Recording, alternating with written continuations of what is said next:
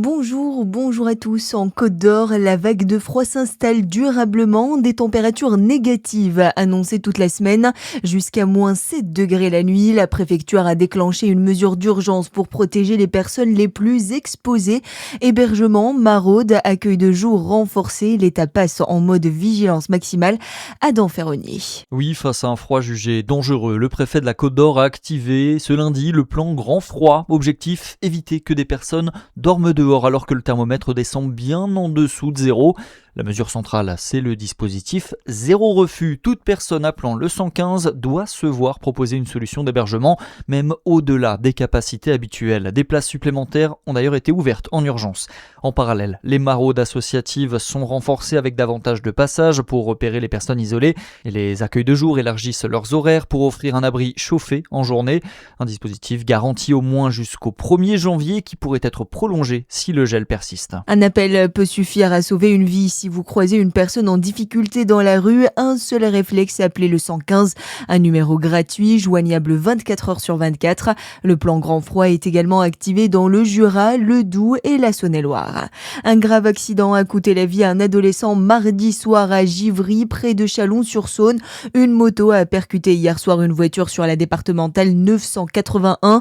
Selon les premiers éléments, le deux roues aurait glissé avant la collision. Âgé de 14 ans, l'un des passagers de la moto est décédé.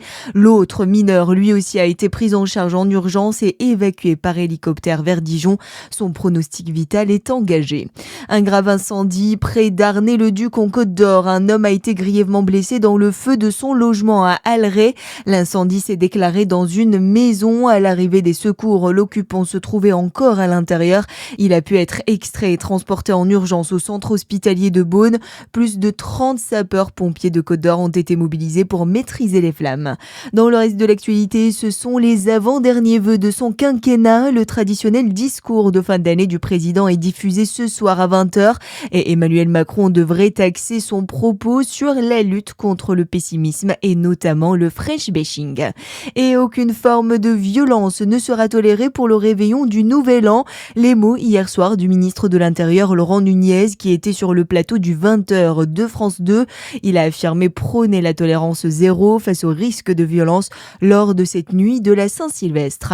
Et puis après Noël, place au recyclage. Du 4 au 12 janvier, les habitants de la métropole dijonnaise pourront recycler leur sapin de Noël grâce à la collecte gratuite en porte-à-porte. Les arbres doivent être naturels, sans pieds ni décoration. Ils seront ensuite transformés en paillage pour les espaces verts. Vérifiez la date exacte pour votre commune. Voilà pour l'actualité. À suivre votre météo sur Fréquence Plus.